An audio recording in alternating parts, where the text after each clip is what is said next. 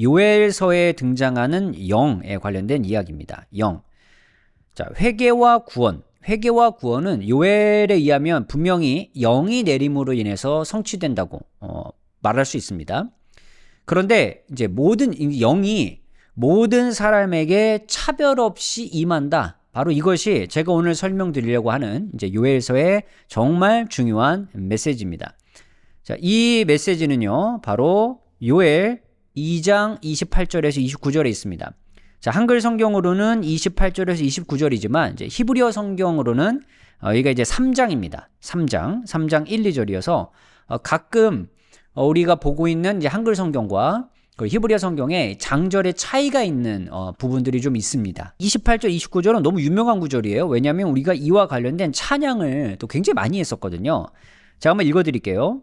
그 후에 내가 내 영을 만민에게 부어주리니 너희 자녀들이 장래일을 말할 것이며 너희 늙은이는 꿈을 꾸며 너희 젊은이는 이상을 볼 것이며. 이 본문이 이제 찬양의 가사에 있었죠. 그리고 29절에선 그때에 내가 또 내 영을 남종과 여종에게 부어줄 것이며, 이렇게 본문이 있습니다.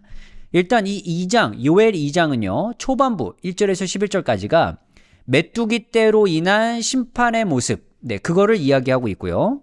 그리고 그런 일이 일어난다 할지라도 마음을 놓지 말고 빨리 돌아올 것을 권면하는 것이 이제 12절에서 17절까지 있습니다. 그리고 언제라도 그 회개가 이루어지는 순간 하나님은 은혜를 허락하실 것이다. 이게 이제 18절에서 27절까지 있고요. 그러고 난 다음에 히브리 성경은 3장으로 넘어가지만 우리 한글 성경에서는 이제 이 후반부 내용이 이제 등장을 합니다. 여기 보면요. 지금 하나님께서 영을 부어주시는데 자녀들, 늙은이들, 젊은이들, 자, 이렇게 세 부류가 나오고 각각의 다른 이제 단어들이 쓰인 걸 가지고 저희가 여러 생각을 좀 해볼 수 있습니다. 먼저 우리가 살펴볼 것은 하나님께서 영을 부어주신다라는 이 말은 우리들에게 너무 유명한 단어입니다. 영이라는 단어는 루아흐죠. 루아흐. 자, 루아흐는요, 이제 그 구약 성경에서 하나님께서 어떤 능력을 사람을 통해서 행하실 때 또 사람이 그렇게 행할 수 있도록 도와줄 때 바로 루아흐가 이제 임하는 경우들을 우리가 종종 볼 수 있습니다. 그래서 루아흐는 그냥 우리가 생각하는 성령으로 보기에는 조금 어렵고요. 구약의 영과 이제 성령은 조금 차이들이 있습니다. 그리고 루아흐는 바람이라는 의미로 많이 사용되기 때문에 또 본문에서 잘 봐야 하고요. 자, 만민에게 부어준다라고 되어 있는데 만민이라는 히브리어가 알콜 바사르예요. 자, 이건 누구누구에게, 원래 이제 무엇 위에라는 게 기본적인 뜻인데 여기 이제 위에라고 번역해도 될 것 같고요. 위에. 자, 콜은 이제 모든이란 뜻이고요. 모든. 자, 그리고 바사르가 이제 육체예요. 육체. 그래서 모든 육체 위에 하나님께서 루아흐를 샤파크. 자, 이게 이제 기름을 붓다 이럴 때도 많이 사용하는 용어예요. 이렇게 붓는 겁니다. 붓는 거. 자, 부어 주실 것인데 이제 영이 임한다는 얘기로 우리가 이해하면 좋을 것 같아요. 근데 정말 중요한 건 이제 첫 번째, 두 번째, 세 번째 나오는 사람들입니다. 너희 자녀들. 자, 자녀들로 이제 포함시켰는데 원래는 베네켐 우베노테켐. 여기 뒤에 있는 이제 에켐은요. 또는 에이켐이라고 읽을 수도 있고, 여기 너희들이고요. 여기는 이제 아들이고요. 아들들. 그다음에 여기는 이제 딸들이 되겠죠. 너희들의 아들과 너희들의 딸들, 이제 자녀들로 묶었습니다. 장래일을 말할 것이다. 이제 나바예요. 나바. 자, 나비라고 우리가 부르기도 하는 그런 선지자, 예언자 또는 등등으로 번역하는 바로 그 용어입니다. 근데 여기서는 히브리어 용법 중에 이제 니팔형으로 사용이 됐는데요. 니팔은 이제 수동형으로 쓰이기도 하고 재규형으로 사용되기도 합니다. 그러니까 만약에 수동형의 의미로 본다면 누군가에 의해서 이제 예언을 하게 되는 그런 모습을 상상해 볼 수 있습니다. 그리고 예언자들과 관련이 있었던 바로 이 용어는 하나님께서 어떤 방법으로든 간에 하나님의 메시지, 하나님의 말씀을 예언자들에게 전해 주었고 예언자들이 그것을 예언했던 바로 그런 상황을 볼 수 있습니다. 자, 그러면 우리가 문자 그대로만 생각해 본다면 자녀들에게 하나님의 루아흐가 임해서 예언자들처럼 예언을 하겠구나. 예언. 이렇게 생각할 수 있는데 예언? 자, 이건 잠시 후에 정리를 좀 해드리겠고요. 자, 늙은이는 자, 찍네캠이죠. 여기 또 에캠이 있습니다. 에이캠이. 자, 자켄의 복수형인데요. 이거 뭐 장로라고도 번역을 많이 하죠. 이건 늙은이라고 해볼게요. 꿈을 꾼다. 자, 할로못, 그 다음에 야할로문. 자, 이 같은 이제 어근의 단어가 쓰였는데요. 이제 꿈을 꾸다입니다. 그냥 꿈을 꾸는 거. 자, 꿈을 꾼다. 꿈을 꾼다는 건 이제 자야 되는 건데. 이래서 또 연결이 좀 어려울 수 있어요. 세 번째, 너희 젊은이들. 바후레캠이에요. 여기 또 에이캠이 있죠. 너희들의 젊은이들. 바후르. 이상을 볼 것이다. 헤츠 요노트 일우. 자, 이건 보다라는 뜻이고요. 자, 이건 이상이라는 뜻인데 핫존이 생각나죠? 핫존이 생각납니다. 자, 꿈과 비전. 자, 이런 용어들을 해결해야 이 늙은이와 젊은이들을 좀 해결할 수 있을 것 같은데요. 자, 이 단어를요, 두 개가 동시에 등장할 수도 있지만 의미가 상당히 유사한 본문을 여기서 볼 수 있어요. 민수기 12장 6절.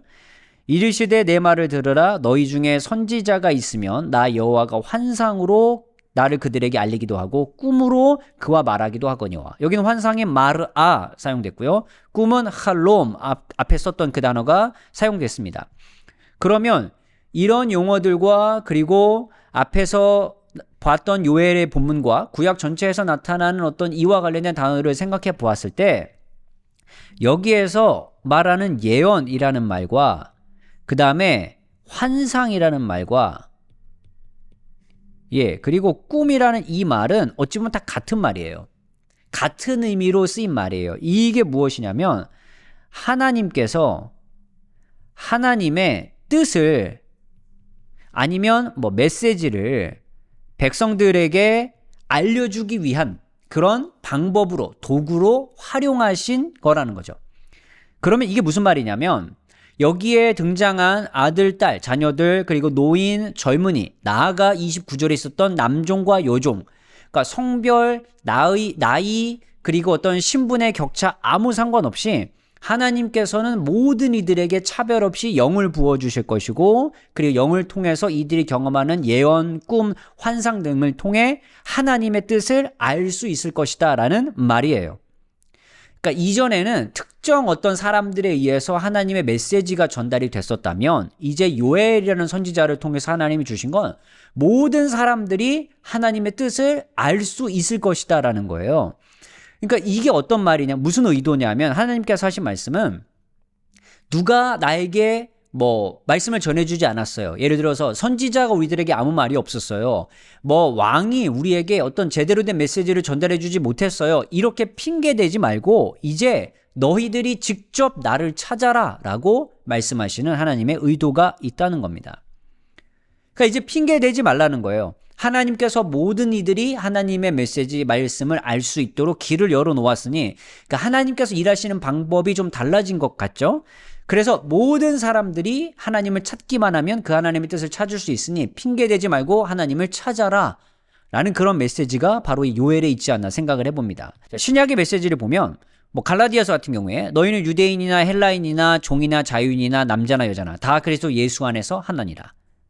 그러니까 차별 없이 하나님께서 역사하시는 이런 일들에 대해서 우리는 생각해 볼 수 있습니다.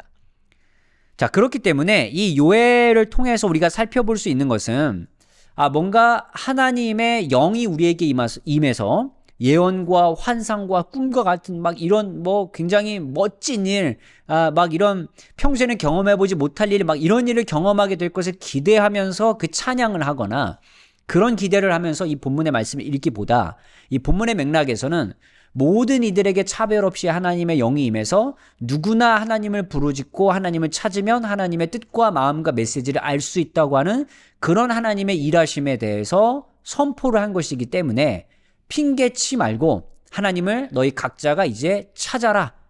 누구나 하나님의 말씀을 깨닫고 알 수 있다라는 그런 메시지로 이제 이해해야 합니다. 그래서 그 마지막 날에라는 찬양을 부를 때도 그럴 거고 이 요엘서의 말씀을 들을 때에도 우리가 적극적으로 하나님께 나아가 하나님의 마음을 깨닫는 것, 그것이 이 요엘과 그 찬양이 우리에게 주는 메시지로 생각을 해야 하지 않을까. 저는 그렇게 이제 요엘서 말씀을 설명드리고 싶었습니다. 그래서 이 꿈과 예언과 환상이라는 아주 독특하고 특별한 단어 때문에 굉장히 특별하게 여기지 말고 모든 이들에게 하나님의 영을 부어주실 것이고 하나님께서 그리고 그것을 통해 누구나 하나님을 찾고 하나님께 나아갈 수 있다. 그래서 하나님의 말씀과 메시지를 받을 수 있다. 이렇게 요엘서 2장을 정리하시면 좋겠습니다.